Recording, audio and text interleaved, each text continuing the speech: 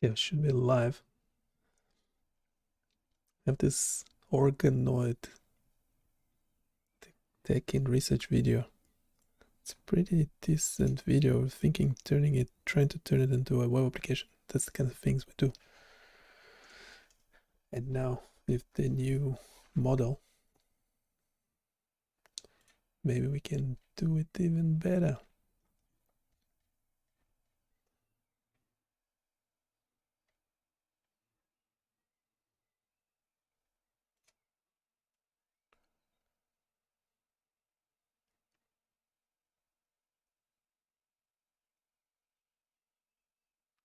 I don't know, what should we do first? We updated this real-time signal amplification microscope thing. Now it should work better. Before we had an issue with the frames per second. Yeah, so apparently on most devices it's not stable. What do you know? Well, we didn't know. I thought it would be stable on my device. This keeps fluctuating. I thought the camera is like 30 FPS, so then, but then it's trying to do something else with it. Yeah, I'm not sure what it does, but yeah, it says the inputs are resampled at stable 30 Hz per. That's for the calculation of the beats per minute. And I did test it, it's working okay. Can test it again sometime.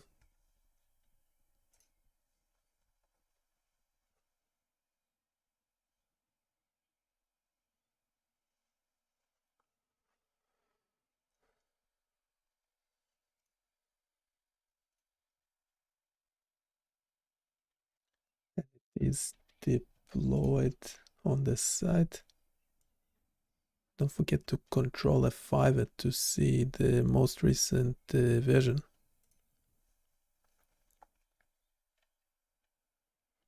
Because we did redeploy yesterday.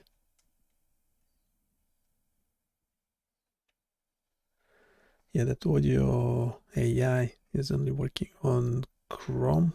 I'm not actually using Chrome. Well, I am, but never mind. It's not working on any browser for whatever reason.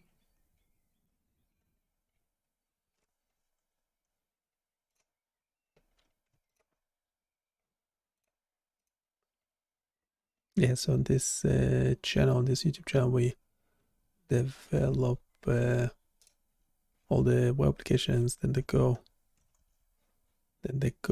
onto the website.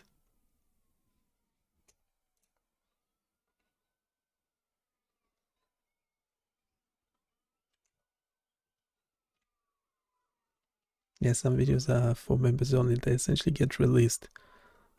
So whichever, this will be released midnight tonight and like midnight every day. So essentially for you to see this one, you'll have to like wait five days and it will be out. So no problem, not a problem. But if you do want to support this channel, you can become a paid member. And then you get access to them early.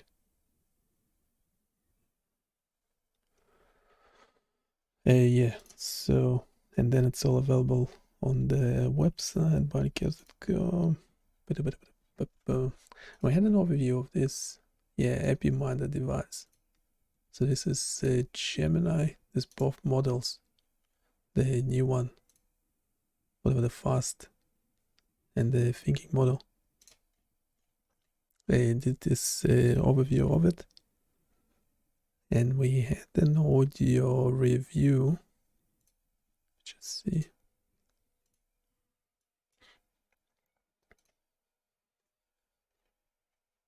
Yeah, I'll have to unmute my Chrome.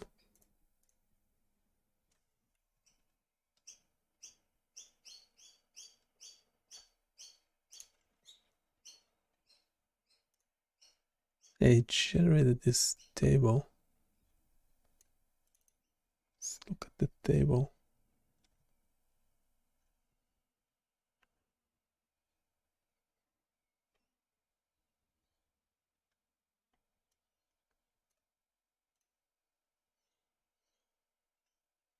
Can export it to sheets.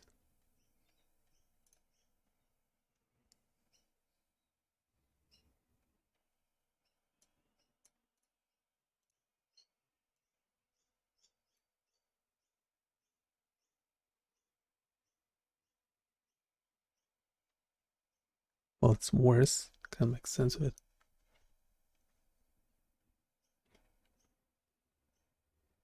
Can't make sense of it. Yeah, if you have any questions,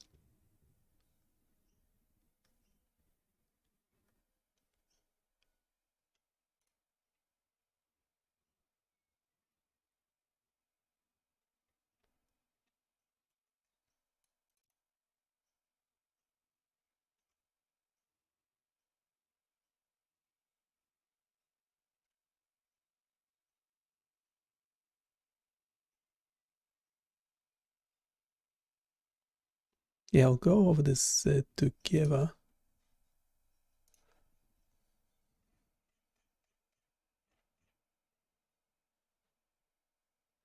It's only just over 5 minutes. But yeah, essentially the prompt was a critical review of EpiMind device compared to other tools, talk about false alarm rate. And we turn it into a conversation between two data scientists. You have to see the specs on this EpiMinder device. It just got FDA marketing authorization via the De Novo pathway. We are talking about the first true sub-scalp continuous EEG monitor. It's effectively a Fitbit for the brain, but with medical-grade fidelity. Subscalp. You know, marketing teams usually work very hard to avoid the word scalp. It sounds like a threat from a 19th century Western. So they slice you open and shove a Fitbit in there? It's minimally invasive. It sits between the skull and the skin, behind the ear. The key is the data stream. Unlike the NeuroPace RNS, which is intracranial, literally inside the skull, and only records snapshots when it detects a seizure, the Minder streams 24/7, continuous, years of data. The Umpire trial had a patient recording for over 5 years. 5 years? That's a lot of data. That's like recording every conversation I've had since 2020. Most of it is just me asking where my keys are. Who is watching this 5-year movie of my brain? That is the critical data science challenge. It's the big data problem. You cannot have a neurologist review 8,760 hours of EEG per year. The signal-to-noise ratio would destroy them. Exactly. If I'm the doctor and I have to watch a 5-year live stream to find 3 seizures, I'm quitting. I'm becoming a gardener. This is where the false detection rate, FDR, becomes the most important metric in the industry. Hit me with the numbers. How often does this thing cry wolf? So, deep learning models, like CNN BLISTM networks running on this subscalp data, are getting very good. The current benchmark for these algorithms is roughly 1.1 to 2 false detections per day, while maintaining about 90 to 94% sensitivity. 2 a day? Misha, that sounds low, but do the math. That's 730 false alarms a year. If my smoke detector went off 730 times a year when there was no fire, I wouldn't change the batteries. I'd move house. But you have to compare it to the alternative. A standard scalp EEG is only 72 hours. You miss everything. And consumer wearables like the Empatica Embrace 2, they're great, but they rely on accelerometry and EDA, sweat and motion. They have a low false alarm rate for convulsive seizures, around 0.05 to zero point 0.7 per day, depending on the setting. But they are almost totally blind to focal seizures, where you just zone out. Okay, so the wristwatch misses the quiet seizures, the brain implant catches them, but also flags every time I chew a bagel too aggressively. Chewing artifacts are actually a huge issue for EEG, yes, but Echiminder solved the doctor burnout problem with a human-in-the-loop cloud architecture. The device doesn't ping the doctor directly. Ah, the middleman, the unsung hero. Precisely. The data goes from the implant to a wearable unit, then to the phone, then to the Minder cloud. There, sophisticated algorithms do the first pass, and then, this is key, trained clinical staff, technicians, review the flagged events. They scrub the false positives before the report hits the neurologist's desk. So there's a guy named Steve in a cloud center somewhere, watching my brainwaves saying, nope, that's not a seizure. That's just Yazik listening to jazz fusion again. Effectively, yes. This filter is what makes the system viable. It turns 700 false alarms into a clean report of 12 confirmed seizures. It gives the doctor objective truth. The umpire trial showed that this data changed the treatment plan for nearly 90% of patients. That is impressive. But wait, you said wearable unit. I thought this was an implant. It is, but you need to power it and get the data out. You wear a small external processor behind your ear, held on by a magnet. It charges the implant inductively. There it is, the catch. I have to charge my head. You charge the external unit. If you don't wear it, you get data gaps. Compliance was actually one of the challenges noted in the trial. I forget to charge my toothbrush, Misha. You're telling me if I forget to charge my ear magnet, my $25,000 brain implant becomes a paperweight? A temporary paperweight, but the benefit is seizure forecasting. That's the holy grail. They're finding that seizures follow multi-Dean cycles, long rhythms over weeks or months. With this continuous data, we could eventually give patients a weather report for their brain, an 80% chance of seizure on Tuesday. Okay, I'll admit, that's cool. It's like Minority Report, but for my own nervous system. So, verdict. From a data standpoint, it's a revolution. It fills the massive gap between guessing and knowing. The false discovery rate is high for raw algorithms, but the service model solves it. And from my standpoint, it's a lot of commitment. But if it stops me from waking up on the floor wondering why my tongue hurts, I guess I can learn to charge my head.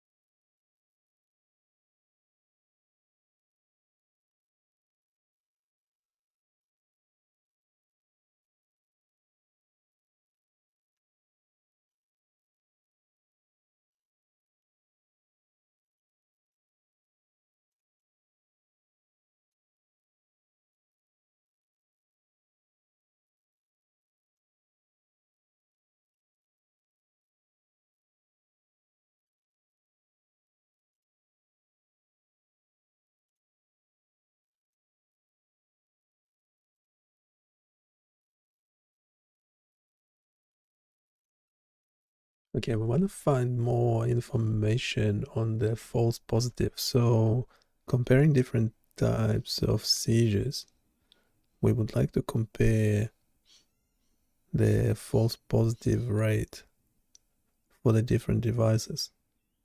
So we have three variables. False positive is what we mainly looking at. Then we have the type of device and the type of seizure.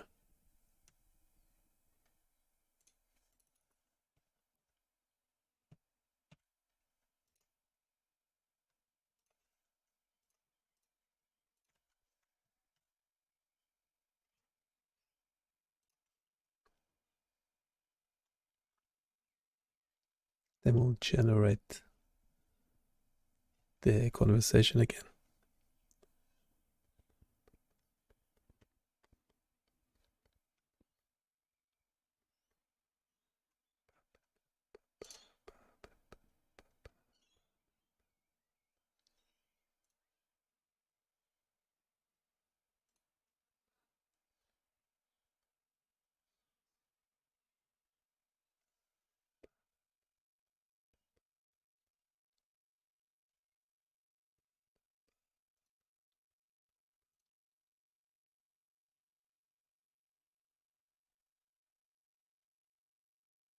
Okay, so I have now a table. Comparison matrix, false positive rates, device type, wearable, Epiminder, Europace. Wait, where did the regular EEG go?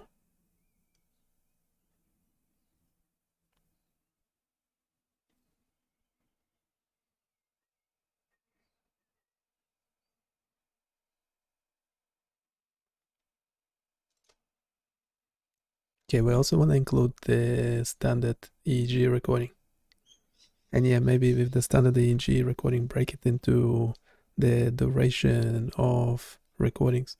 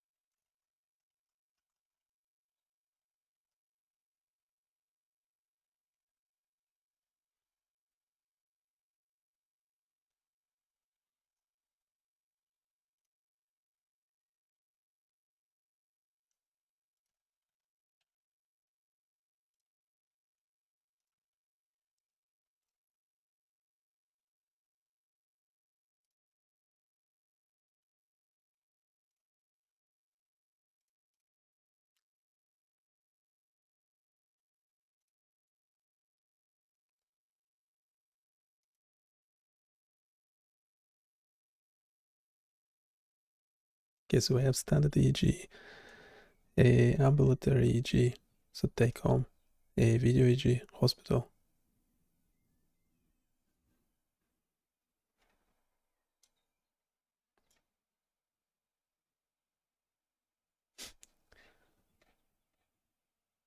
Now to remove the Neuropace device.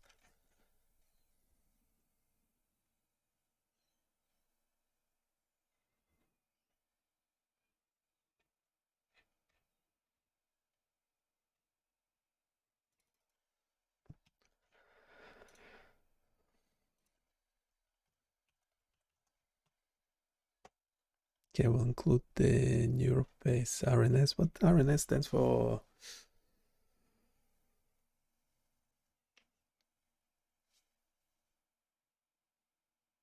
I forget.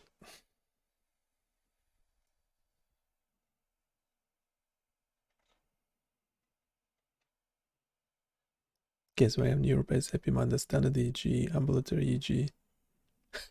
It's always getting rid. It's always getting rid of one.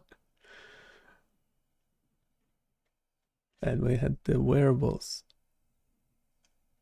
We had the variables as well.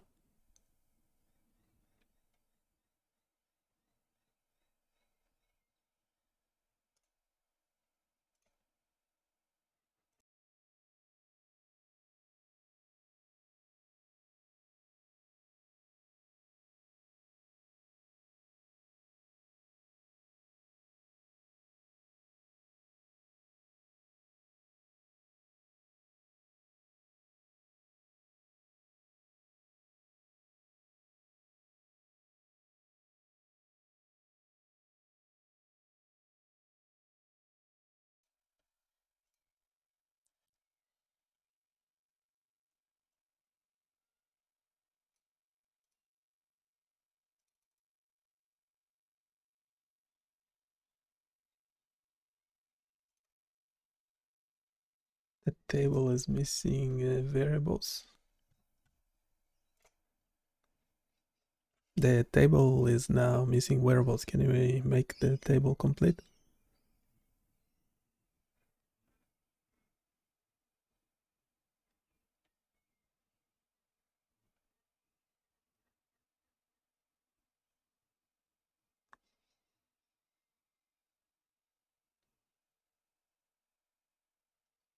And we also wanted to include the different type of seizures.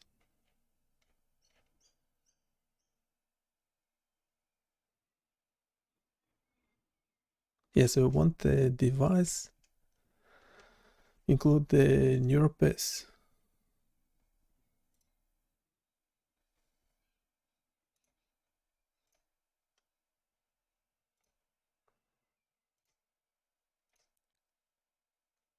We want the table to have device, recording type, primary target, false positive rate,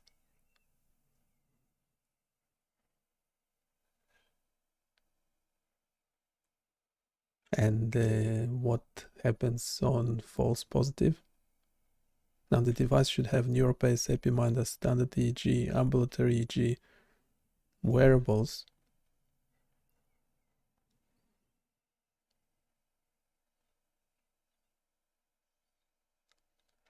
The recording type should have the details of what is being recorded. Primary target is what the types of seizures are targeted.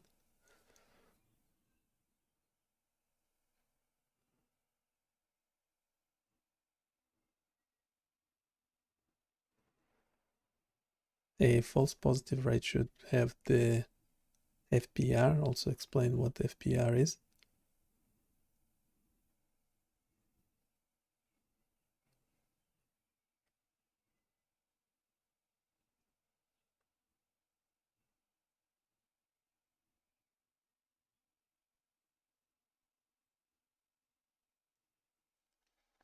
And yeah, for neuropace, when a false positive is happening, there is a brain stimulation. Now, before you said the device stimulates the brain unnecessarily, you feel nothing, but the battery life decreases. Well, I don't think the battery life is the most devastating outcome of a false positive. So,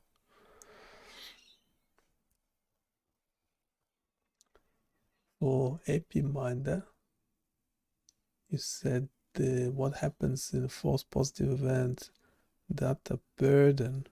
They have like junk data, chewing sleep as seizures. Your doctor must manually delete this. Well, the doctor would not be looking at the raw data, so it could lead to misdiagnosis.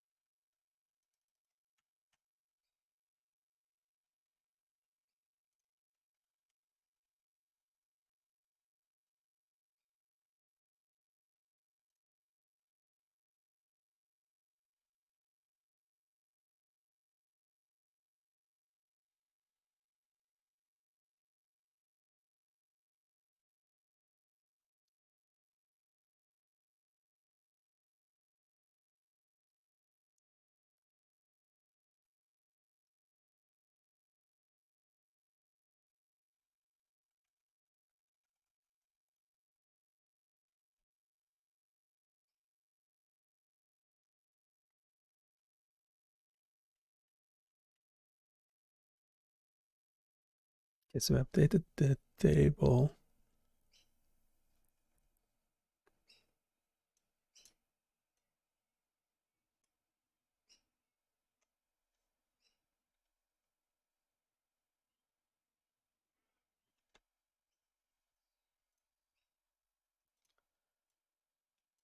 The neuropace, what happens on false positive data lost? Data loss, the real risk. The device simulates the brain unfelt. Critically, it fills the limited memory buffer with junk. Okay. Potentially overwriting the record. Yep. So the epiminor misdiagnosis ring. The AI flags chewing as a seizure. If the review team or doctor does not filter this out, the patient may be prescribed drugs for seizures they do not have. Standard EEG over interpolation. Ambulatory EEG reviewer fatigue. Loose wires and okay, so that sounds more or less legit.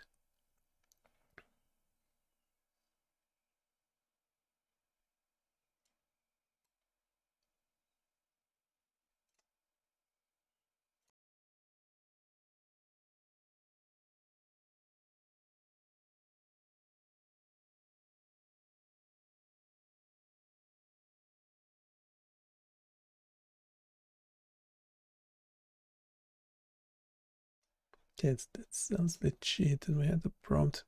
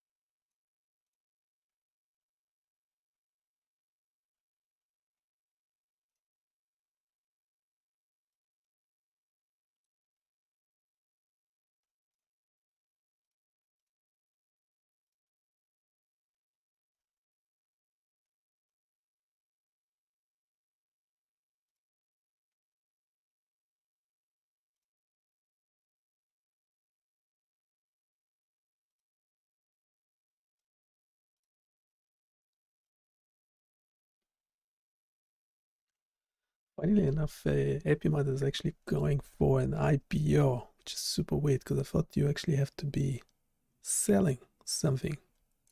But this one is still in a clinical trial, as far as I'm aware. So there's no product on the market.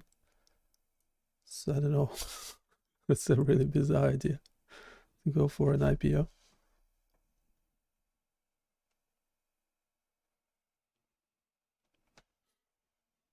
But they can do what they want. They're raising lots of money. Is it another Theranos though? Likely. Very likely.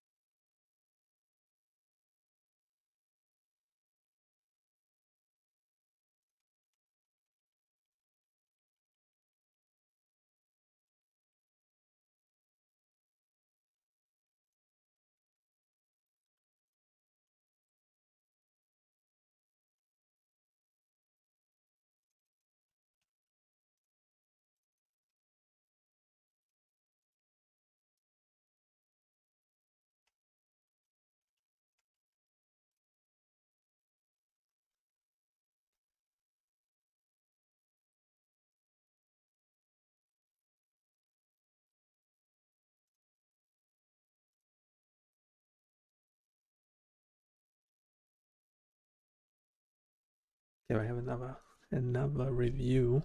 It's being generated. So it's brought to you by Gemini. So whatever. Yeah, if you wanna complain to Gemini or any information you published online. Probably a good idea to remove it or something.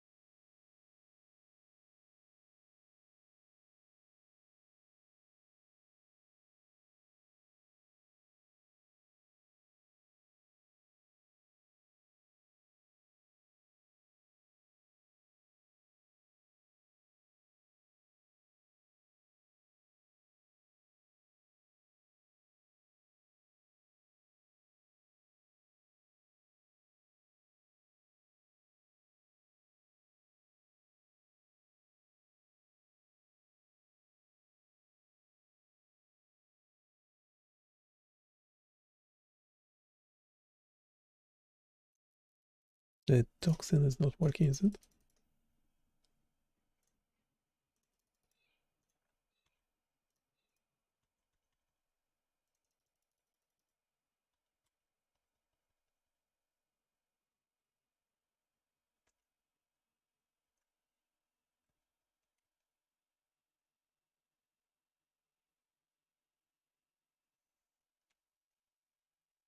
Is it even correct?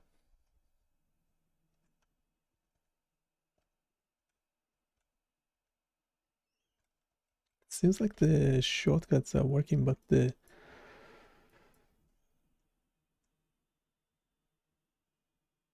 click, right click.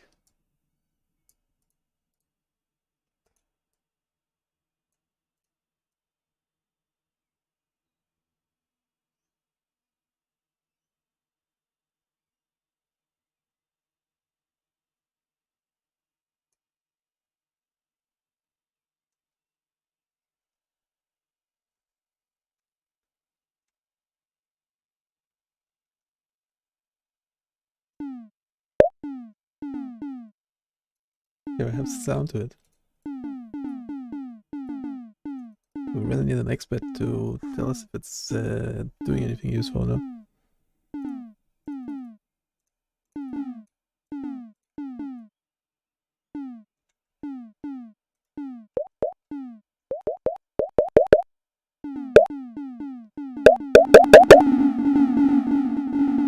Injecting growth factor. Yeah, that's working. Well, it's doing something. Let's say it's working. Inducing differentiation. What's that mean?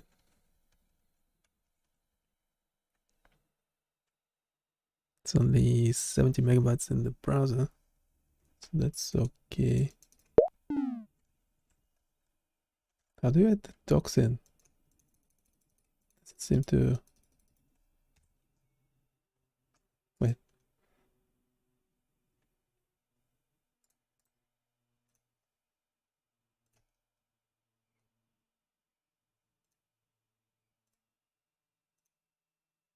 Yeah, the button.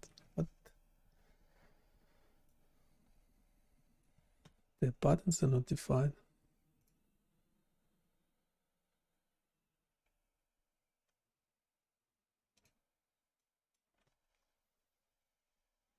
Okay, I'll come back to this one. See what's wrong with it. Well, while we doing something else, we get the bot to redo the code.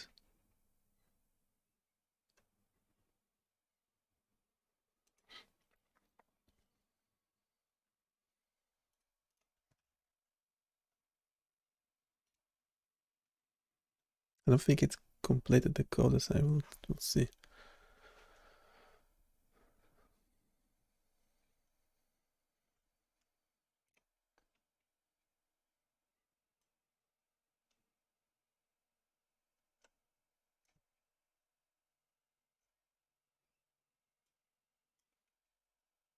Yeah, we haven't have a review.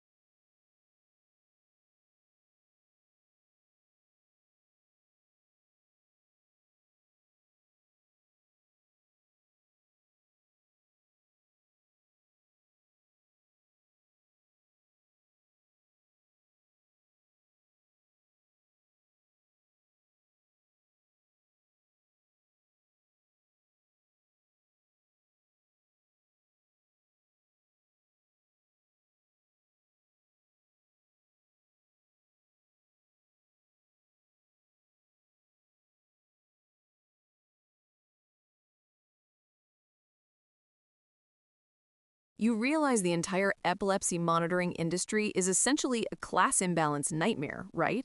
We are trying to detect a signal that happens 0.01% of the time in a dataset that is 99.99% noise. Statistically, it's a disaster waiting to happen. Class imbalance?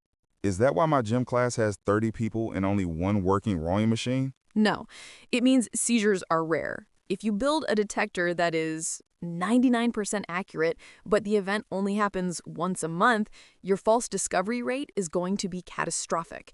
You're going to have 10,000 false alarms for every real seizure. I actually get this.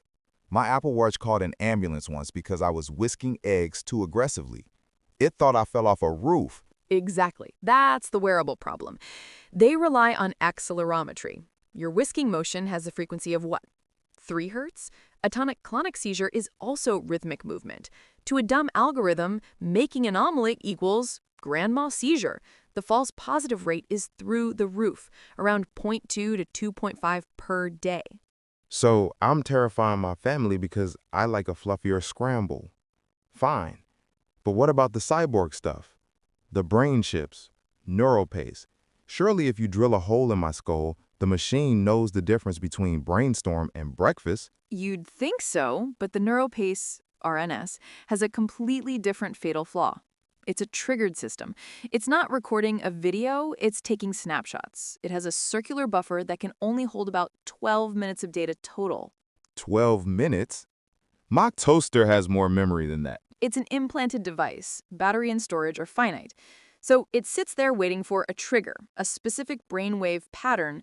When it sees it, it records a clip. But here's the horror story. If you set the sensitivity too high, it detects noise as a seizure. Okay, so the doctor sees a few junk files. Who cares? No, Yojik, you don't understand the architecture. It's first in, first out. If you have a false positive storm, say 50 false detections in an hour because you were stressed or dehydrated, the buffer fills up with garbage. And what happens to the recording of the actual seizure I had 2 hours ago? Overwritten, gone, deleted. The device saw it, but because it panicked over the false alarms, it pushed the real evidence off the cliff. It's called buffer saturation. The doctor downloads the data and sees 50 clips of nothing and 0 clips of the actual seizure you had. You lose the true positive because of the false positives. That is remarkably stupid.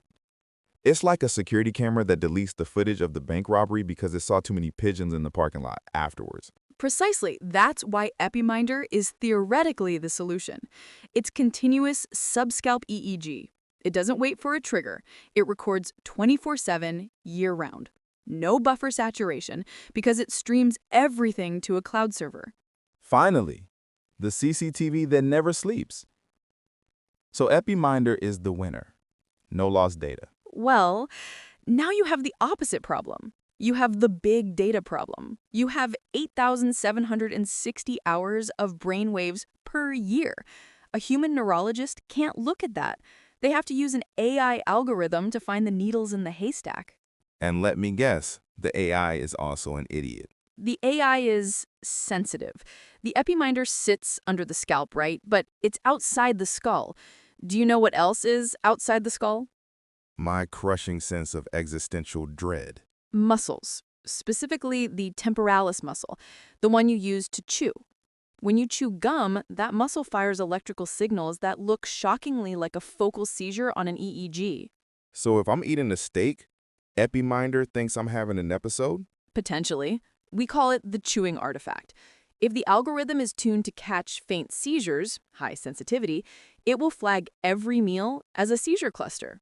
You end up with a false positive rate of maybe 5 to 10 events a day. But you said Epiminder is better because it doesn't delete the real seizure.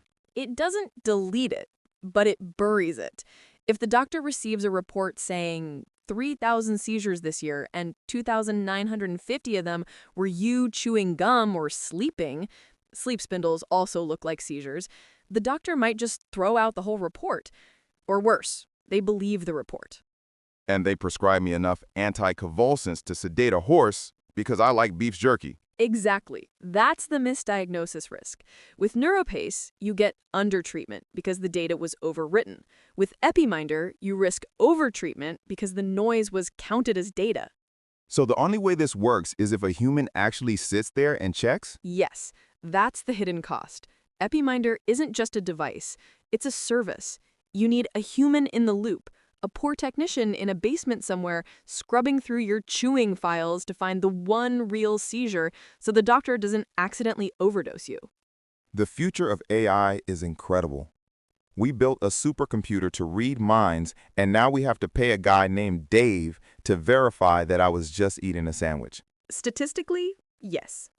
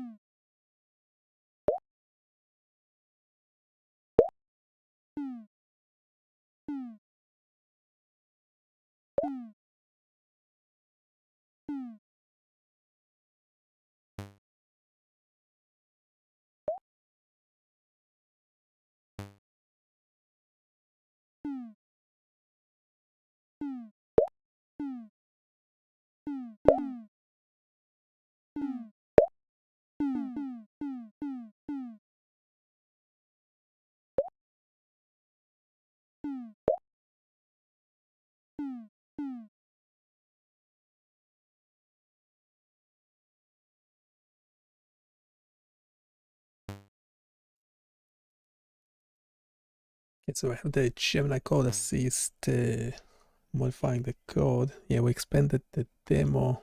Demo is now more comprehensive. Do you know what happens with, what is it called, the red ones?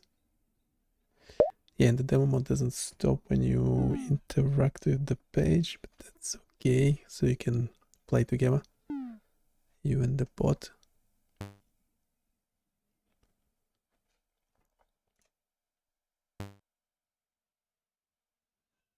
So when they die, the tone actually disappears.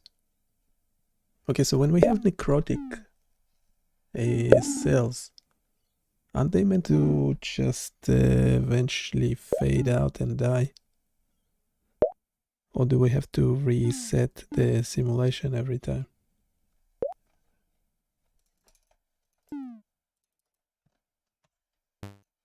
Just go with that as a prompt. It's not agent mode. Well, because we need an answer. Give me an answer.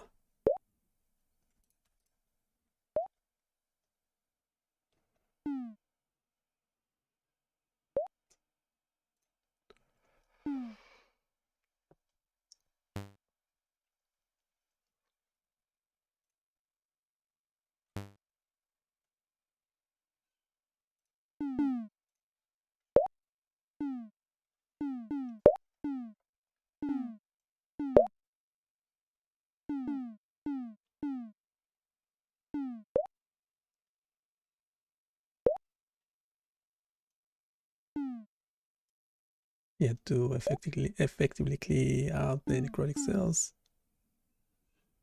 Currently, we have to reset the simulation.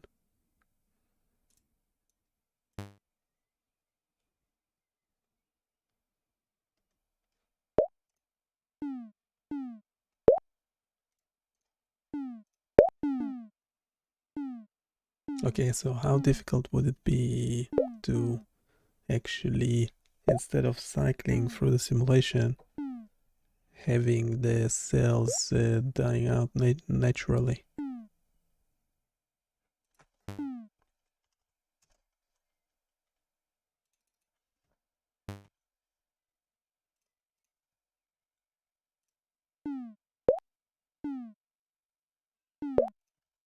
We can't turn on agent now that we use the regular chat.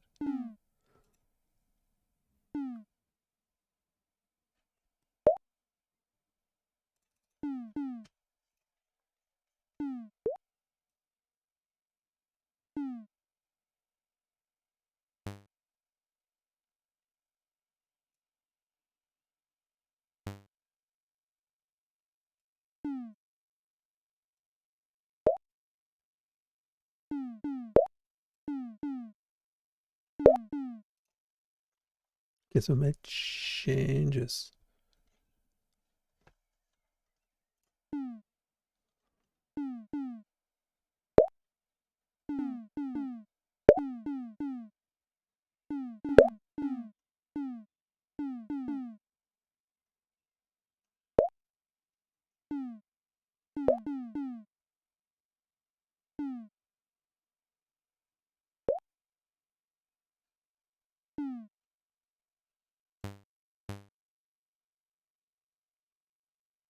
Okay, they actually die out, so that's working really well.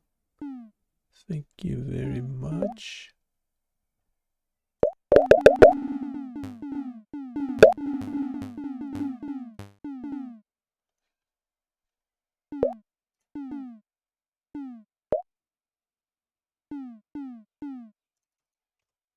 Okay, but we would like to update the demo mode to showcase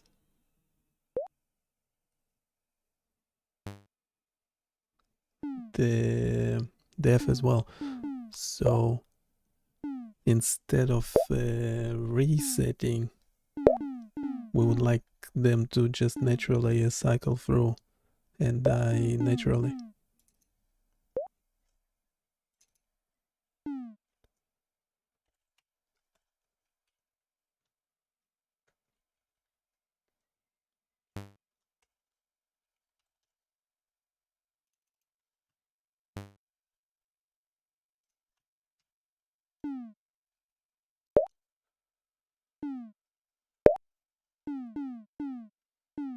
Can I do it?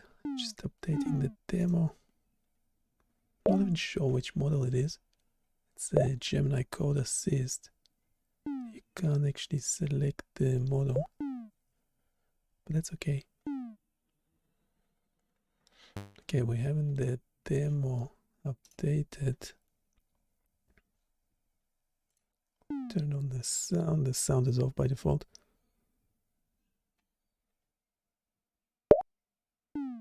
Okay, so we have a growth factor, some more, then inducing differentiation, whatever that means. Okay, and we have some stress, toxins, whatever, and cells dying. But then the simulation is eventually reset.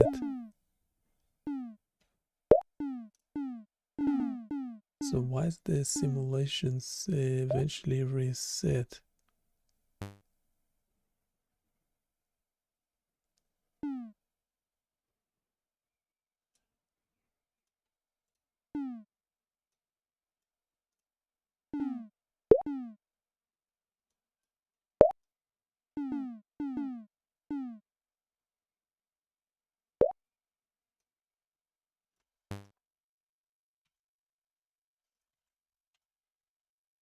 Yeah, we would like the simulation to just cycle continuously without resetting, and the cells just dying out naturally.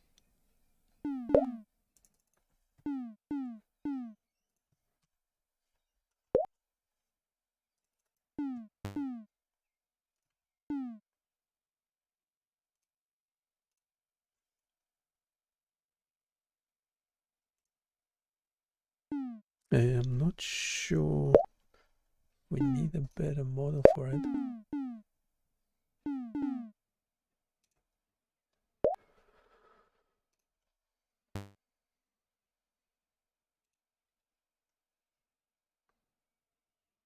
Yeah, I want to make sure we're using the Gemini Pro.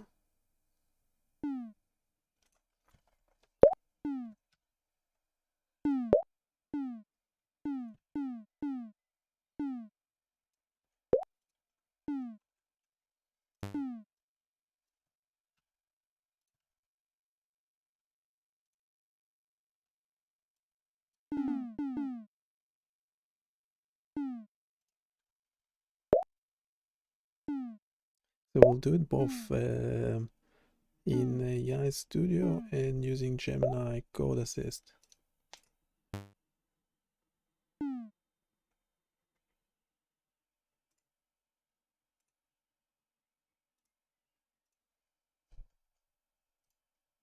See which one gives us better results.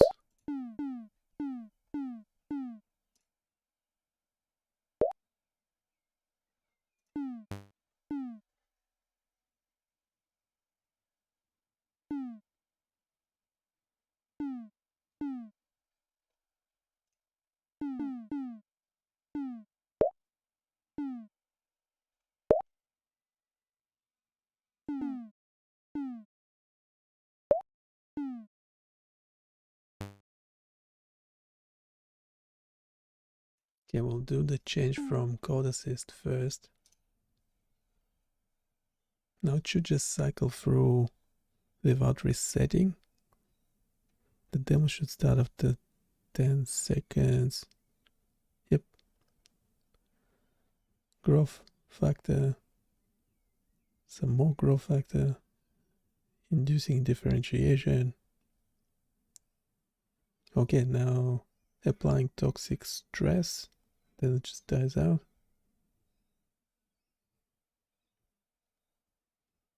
So it just do its own thing. It tells you what it does on the screen. I didn't see the decay.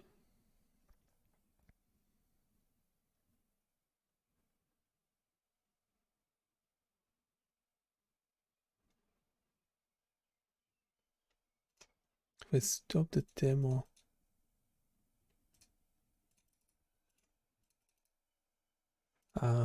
having a problem. Why am I not?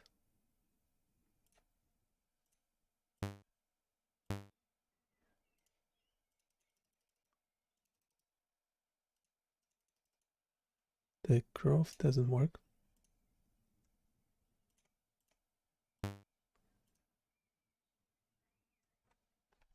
I think it stuffed something up.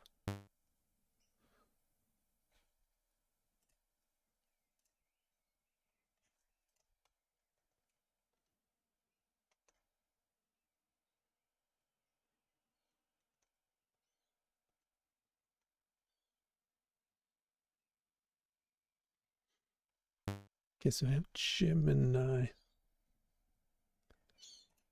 Let's change the start demo.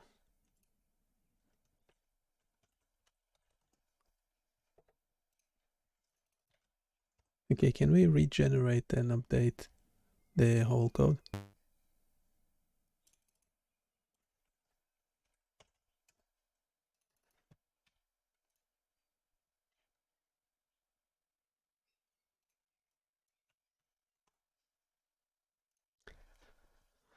No, I know I can integrate that one function, but I suspect there would be other things that would need updating.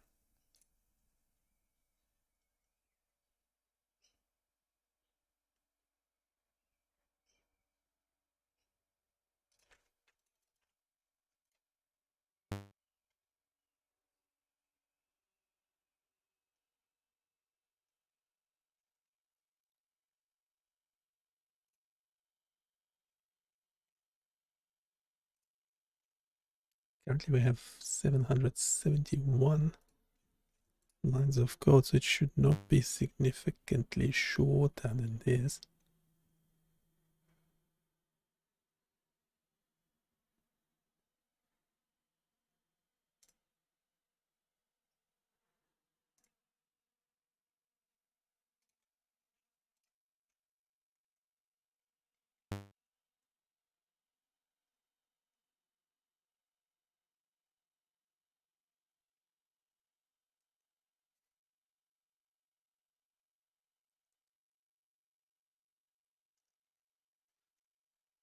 Now it's got rid of all the cells have died, and then it's trying to inject growth factor, but there is nothing to inject it into, I think.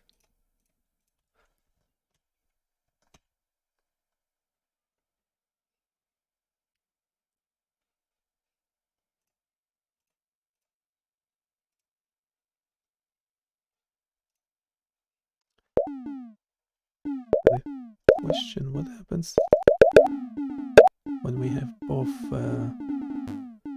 me interacting with the page and the demo is running?